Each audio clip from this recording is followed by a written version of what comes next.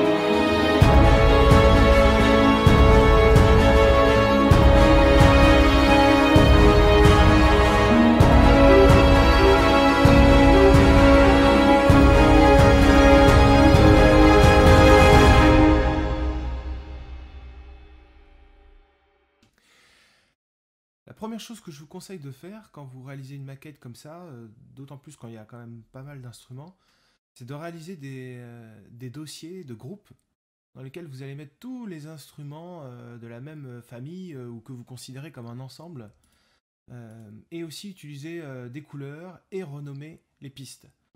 Parce que quand on a que quelques pistes, ça va, et puis quand on se retrouve avec 20-30 pistes, là, ça devient un petit peu plus difficile.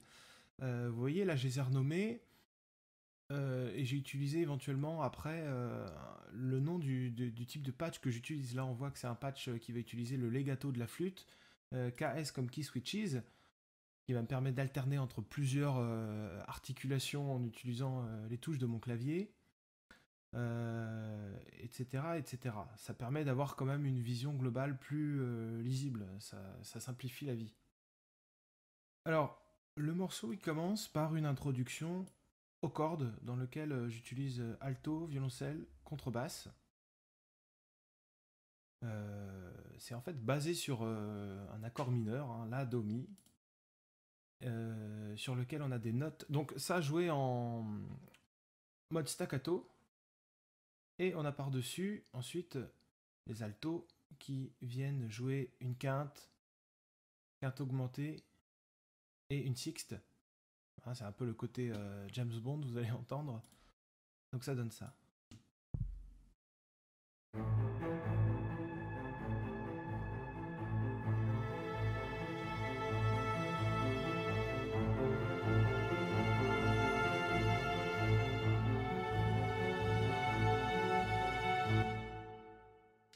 Vous avez peut-être remarqué aussi, il y a un petit effet que j'utilise. Ça donne ça.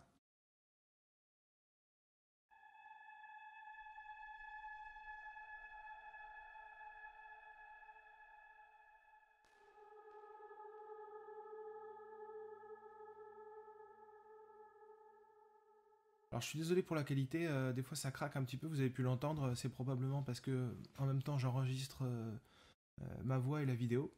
Donc voilà. Alors ça c'est un patch qui vient de Omnisphere. Omnisphere qui a un super logiciel qui permet de faire beaucoup de choses, de la synthèse. C'est d'abord un synthétiseur en fait, mais il y a tellement de samples que c'est en même temps un instrument un petit peu. C'est un couteau suisse en fait. Et là j'ai utilisé un son, ils appellent ça Texture Soundscape. Voilà, ça rajoute un petit côté un petit peu atmosphérique. Voilà, alors sans, ça donnerait ça.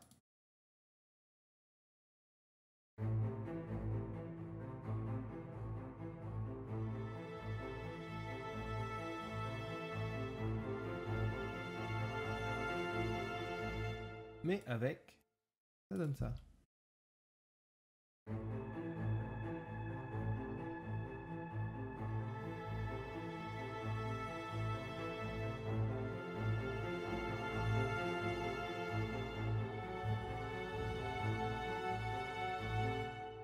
Alors ensuite on arrive dans la partie...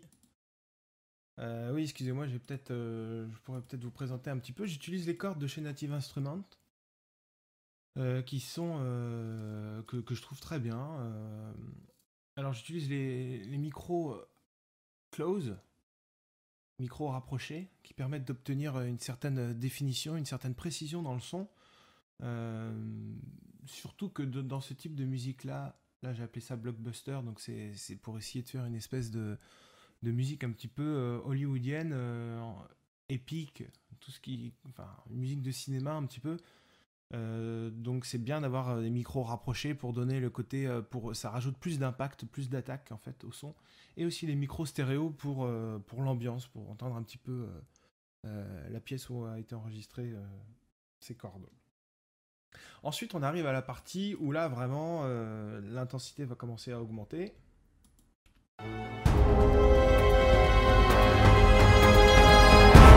Voilà, et après là la machine est lancée, on peut dire. Alors dans cette partie-là, qu'est-ce qui se passe?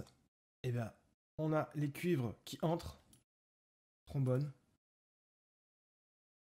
Là, j'utilise les trombones de chez... enfin, les instruments symphoniques, enfin, les cuivres de Hollywood Brass, de chez East West.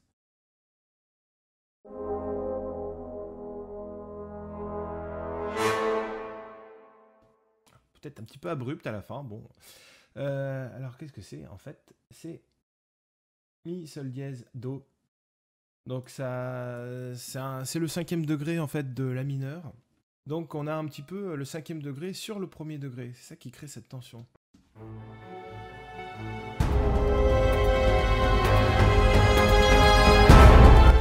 On a ça aussi. Percussion.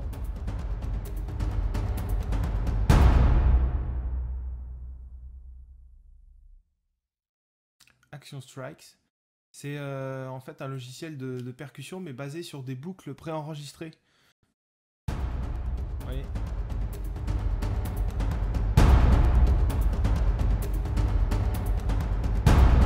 Là, on a la petite...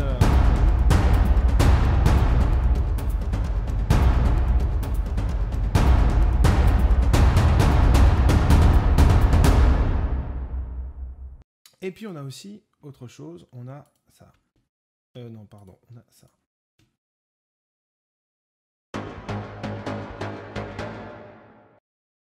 Alors là, c'est un synthétiseur qui est utilisé avec le mode arpégiateur d'Omnisphere. Alors, je vais vous faire entendre justement la différence entre ces micros. Si je prends que le micro close.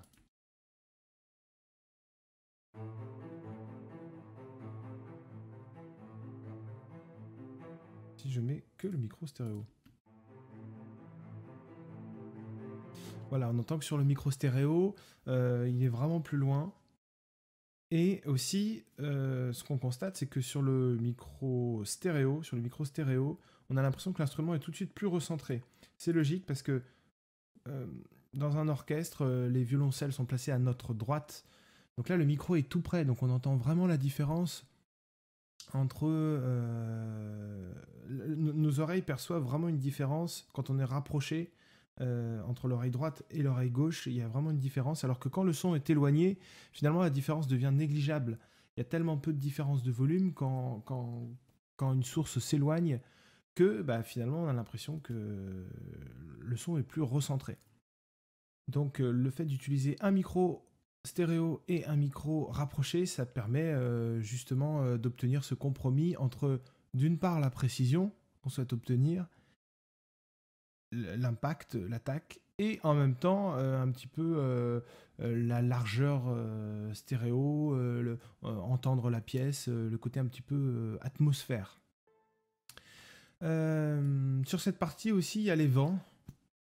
Les vents qui commencent à jouer en ostinato, qu'on va entendre.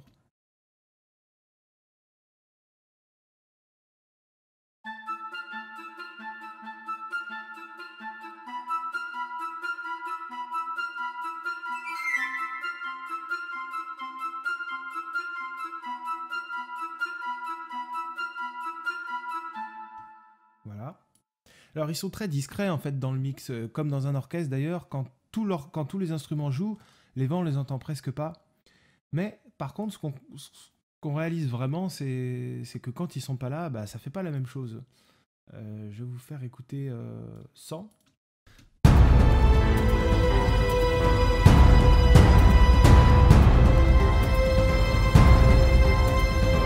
Et maintenant, la même chose, et je vais rajouter les vents.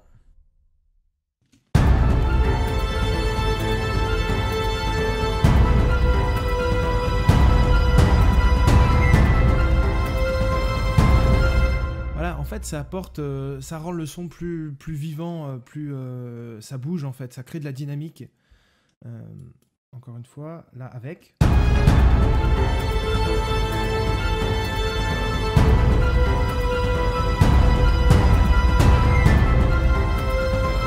Et sans.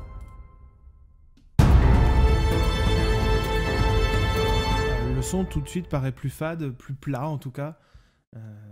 Voilà, et en tout cas, dans cette partie-là, c'est pas ce qui était recherché. Voilà. Alors, là, on a le thème. Alors, là, je vais vous expliquer un petit truc à moi, à moi, qui est certainement utilisé par plein de personnes, que je trouve très efficace, vraiment. Vous avez le thème qui est joué ici par les trompettes et les corps, qui viennent de East West Hollywood Brass et... Enfin, Hollywood Brass, voilà, ça donne ça.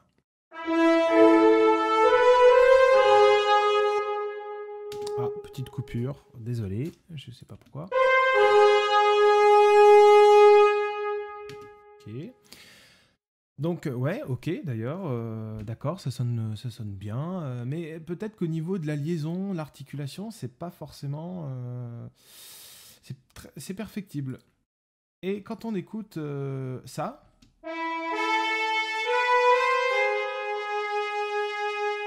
Là, on se dit, les liaisons sont bien, on sent que les transitions entre les notes se font parfaitement.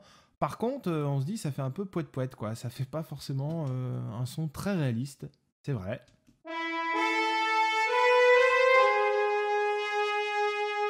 Et ben l'astuce, en fait, c'est tout simplement de combiner tout ça. Et là, on obtient ça.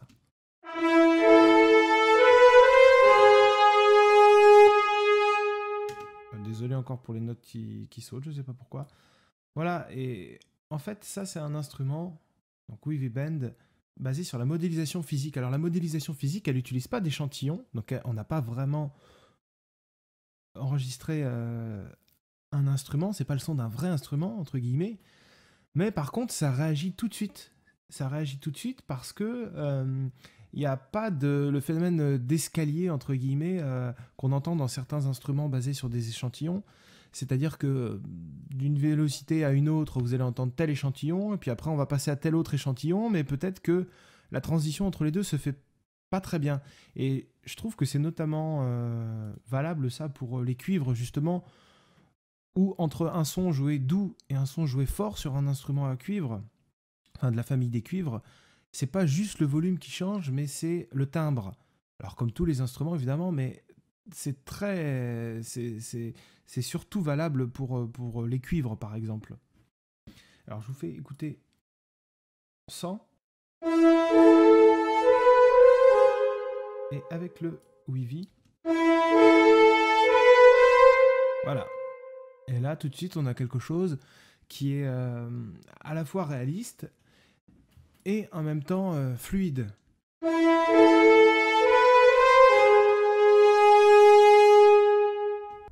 On a aussi là les trombones qui jouent une quinte renforcée aussi dans le grave par un tuba.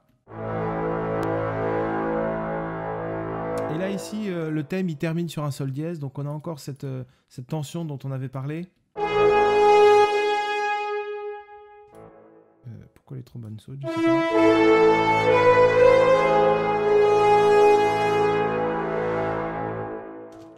Voilà. Les trompettes ici qui se détachent du thème, qui finissent par se détacher du thème.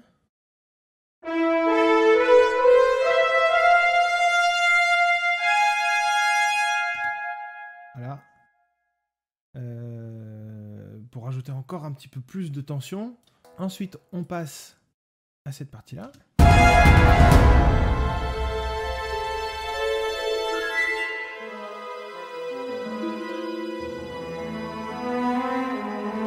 il s'est passé pas mal de choses là. Alors il y a le vibraphone qui a joué ça. Voilà, dans l'ensemble ça donne ça. Voilà, encore une fois relativement discret, mais il fait ce qu'il a à faire, quoi. Il rajoute ce petit côté un petit peu mystérieux. Les bois qui jouent. Donc là c'est basson plus clarinette. Petite intervention du piccolo là sur la partie du milieu.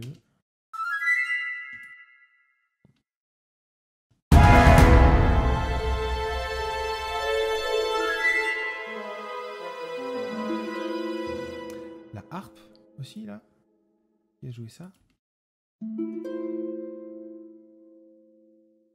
Donc dans l'ensemble, on va donner ça. Piano. D'ailleurs le piano je l'ai oublié dans cette partie là aussi. Il a un rôle important. Enfin non pas important mais c'est important qu'il soit là.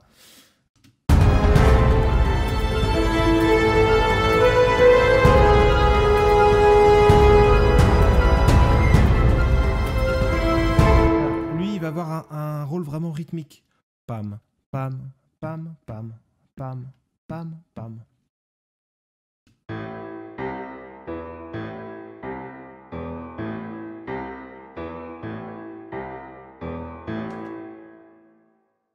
Un logiciel gratuit. Non, pardon. Non, je pensais que j'avais utilisé... parce qu'il y a Cinesample qui fait un très bon piano pour ce genre de choses. Je crois que ça s'appelle Jerry Piano. Donc là, j'ai utilisé un autre piano, pas celui-là, mais j'aurais très bien pu utiliser celui dont je vous parle, là, le Jerry, et aller le télécharger parce qu'il est gratuit. Donc voilà, c'est bien, c'est gratuit et ça sonne très bien.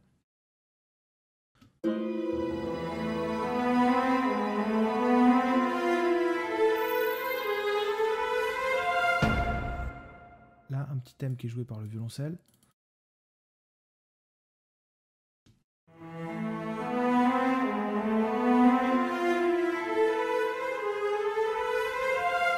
Comme la répétition d'un thème, de plus en plus vers l'aigu, un petit peu entêtant, comme ça. Voilà. Ensuite, on arrive vers là.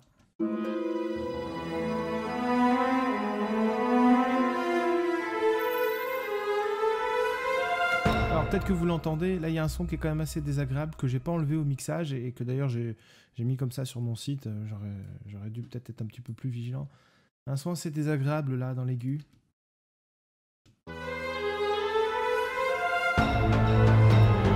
bizarre, c'est quand même... Ah voilà. Vous voyez là, il y a un son qui est apparu là et bon c'est un son très aigu. Donc là on aurait pu apporter une petite égalisation comme ça.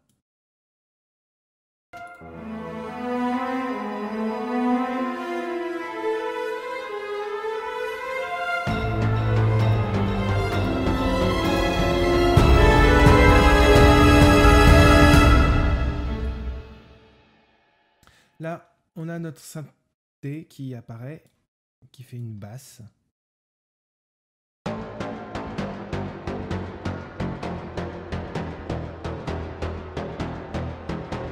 Voilà, des notes qui descendent jusqu'au mi.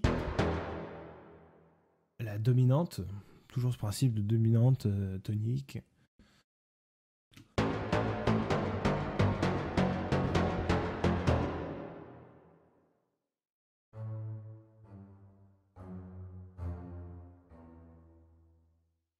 Alors là, je vous avoue, je sais pas très bien ce que j'ai voulu faire.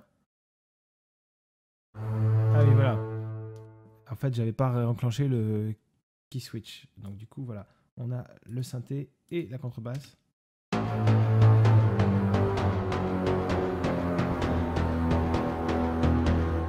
Avec les violoncelles. C'est encore ce même problème. Il faut que j'aille chercher la note qui déclenche le key switch là. Voilà. Et vous voyez, ce thème, en fait, c'est un petit peu comme un écho à ce qu'on a entendu avant. Alors, je vais vous faire écouter toutes les cordes.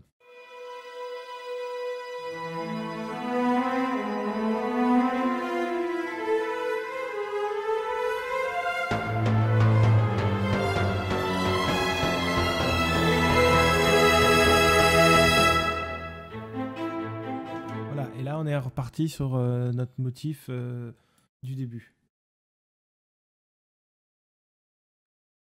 On a aussi le xylophone. Alors le xylophone, il fait quelque chose d'un petit peu étrange, un peu au premier abord. Mais en fait, quand on écoute avec d'autres instruments, je vais peut-être pas mettre, je vais mettre les cordes.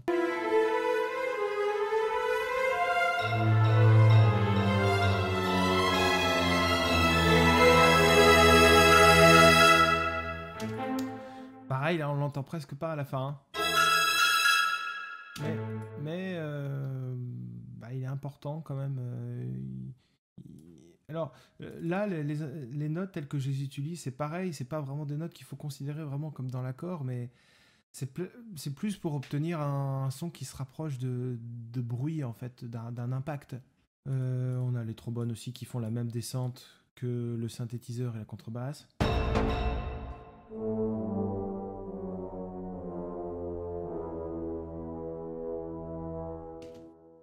Vers le bas, et les corps, eux, qui montent vers l'aigu.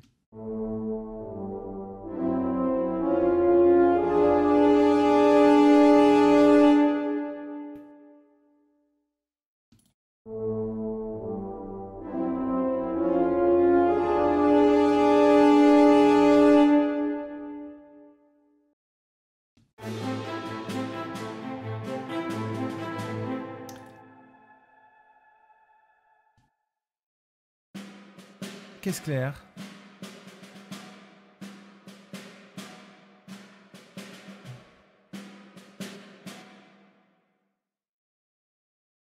Percussion.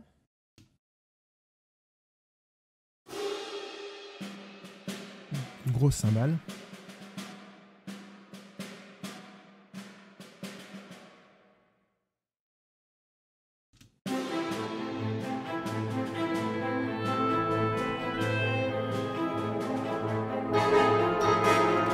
Pareil, ces impacts là de cuivre, pas vraiment concis. Oui, alors voilà, c'est vraiment Ré dièse, Mi, Sol dièse, La.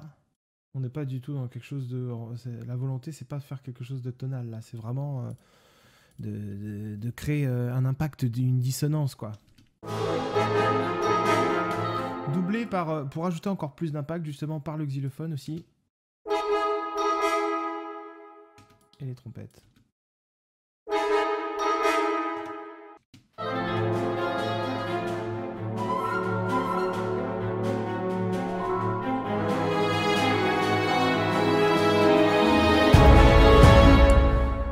Les cordes qui rentrent à nouveau.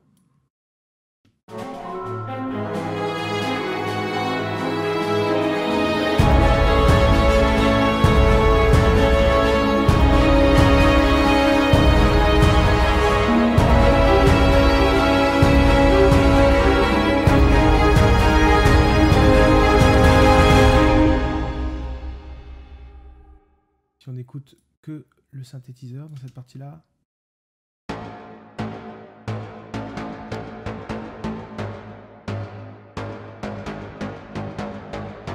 Alors là, vous voyez par exemple, normalement, l'effet d'arpégiateur, il est déclenché à chaque fois qu'on enclenche une note, pardon. Si on le déclenche sur le temps fort dans votre musique, effectivement, vous allez obtenir ça. Ce qui est intéressant aussi, c'est des fois de démarrer cette boucle sur la double croche ou le contretemps, de manière à créer un rythme différent. Et là c'est le cas, par exemple. Vous voyez, on a ces notes-là qui sont sur les temps, et puis là, ailleurs.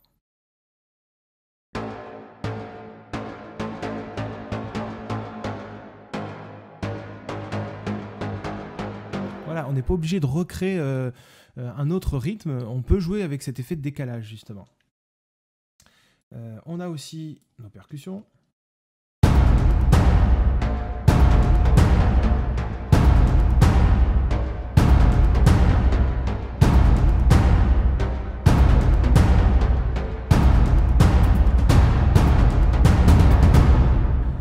c'est vraiment l'artillerie lourde, hein, mais c'est voilà, c'est le but. On a un renforcement rythmique là par les trompettes aussi.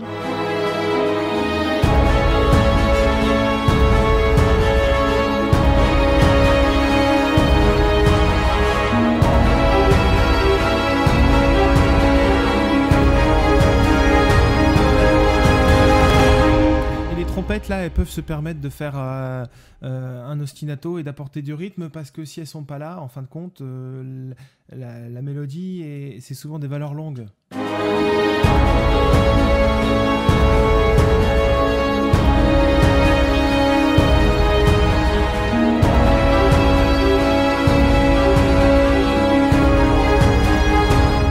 les rajoute.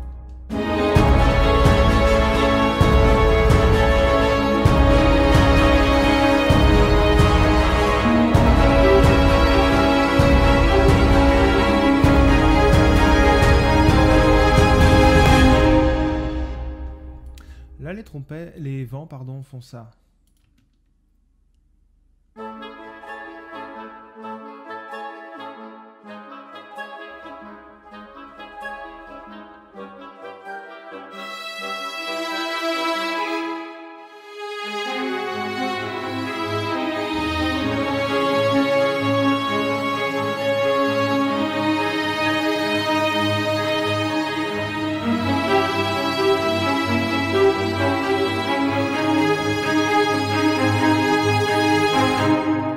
Effectivement, c'est encore plus subtil que tout à l'heure.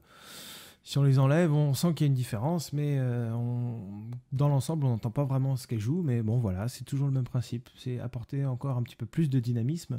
Et puis, puisque de toute façon, on est sur la partie là, la plus forte, il faut que tout le monde joue. Alors, au niveau des accords, qu'est-ce qu'on a sur ce passage-là ?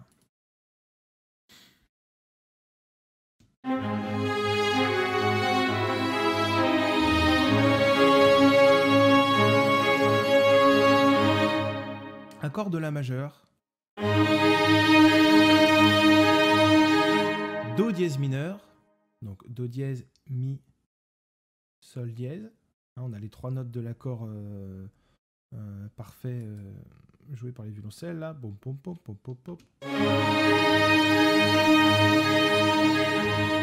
Avec la mélodie, elle qui arrive sur le Ré dièse, donc c'est une neuvième, ça crée une dissonance, mais à l'intérieur d'un mouvement conjoint. Bon, c'est quelque chose qui est voilà, toutes ces règles-là, c'est un peu plus dans l'harmonie classique. Après, c'est vrai qu'on fait ce qu'on veut, mais bon, voilà, c'est juste pour expliquer un petit peu ce qui s'est passé là, dans ma tête au niveau de la composition.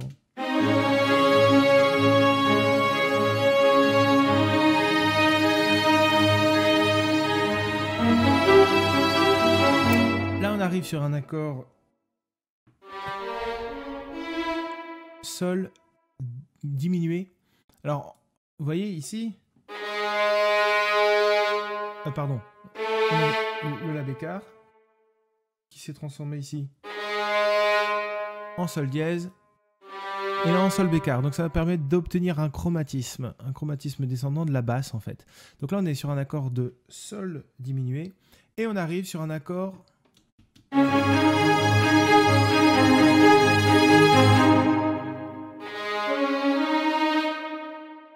Sol dièse avec la carte qui va se résoudre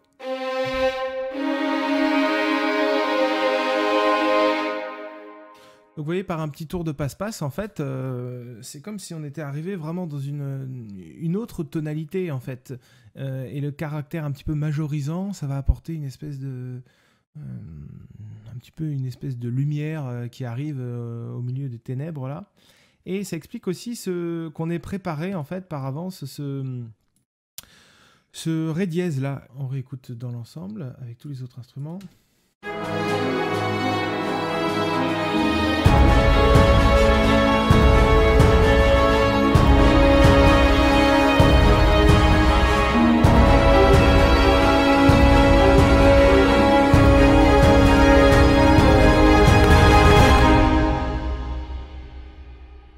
On a aussi un petit contre-champ là de corps, jouer avec les cordes. Je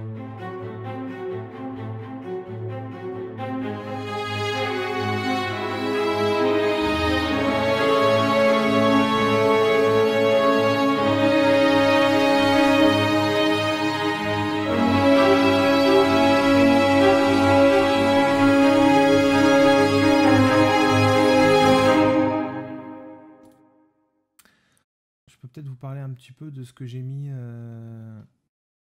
sur le bus master. Alors déjà, ce qu'il faut déjà savoir au niveau des instruments. Donc, la plupart des instruments utilisés là proviennent du même logiciel de East West. Donc, c'est vrai qu'au niveau de la spatialisation, il y a une certaine forme de cohérence dans le son. Par contre, ce à quoi il faut faire attention, justement, c'est tous les instruments qu'on va rajouter par-dessus et qui, eux, sont soit pas des instruments symphoniques, soit issus d'autres bibliothèques. Par exemple, là, j'ai utilisé d'autres cordes que celles de East West. Donc, c'est pour ça que j'ai aussi utilisé un petit peu le micro stéréo. Et puis sinon, par exemple, sur la harpe, pareil, j'utilise un petit peu de reverb. Parce que si j'en mets pas, on va pas avoir vraiment l'impression qu'elle est jouée dans le même endroit, dans la même pièce que le reste. C'est le cas, hein, de toute façon, on entend qu'il y a une petite différence, mais cette différence, justement, elle est comblée par la reverb qu'on va mettre sur notre bus master. C'est ça qui va apporter un petit peu ce liant à l'ensemble.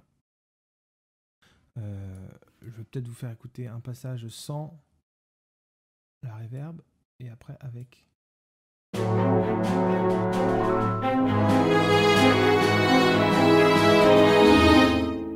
la reverb, j'ai mis à 70.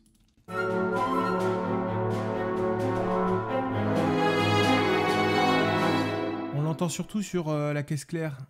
Quand il n'y a pas de reverb, le son est vraiment très sec et on n'a pas l'impression que c'est joué dans le même endroit que les cordes, par exemple.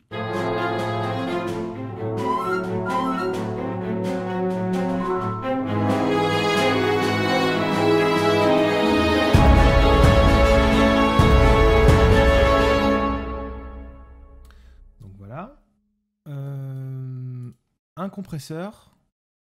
Bon, on reste dans une musique qui est quand même relativement dynamique. Et voilà, ça permet de dompter un petit peu les grands pics d'intensité. Petite égalisation pour creuser un petit peu, notamment. Ah non, j'ai pas fait. Pour sculpter un petit peu là, les fréquences hautes. Alors qu'est-ce que j'ai fait exactement?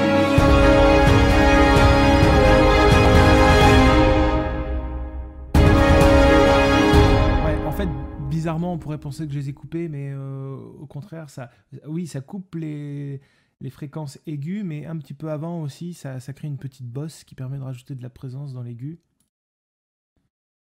On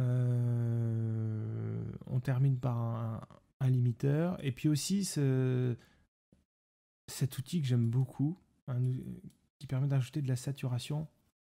Donc en fait, j'ai créé... Alors, sans, ça donne ça. Et avec...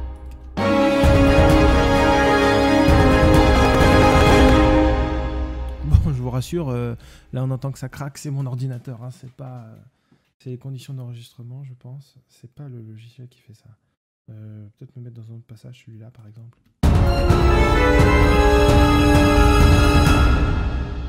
Sans.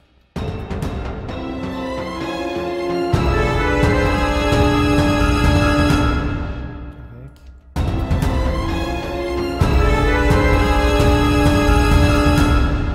Vous voyez aussi que j'ai mis la balance entre dry et wet à 70. Si je le mets à 100.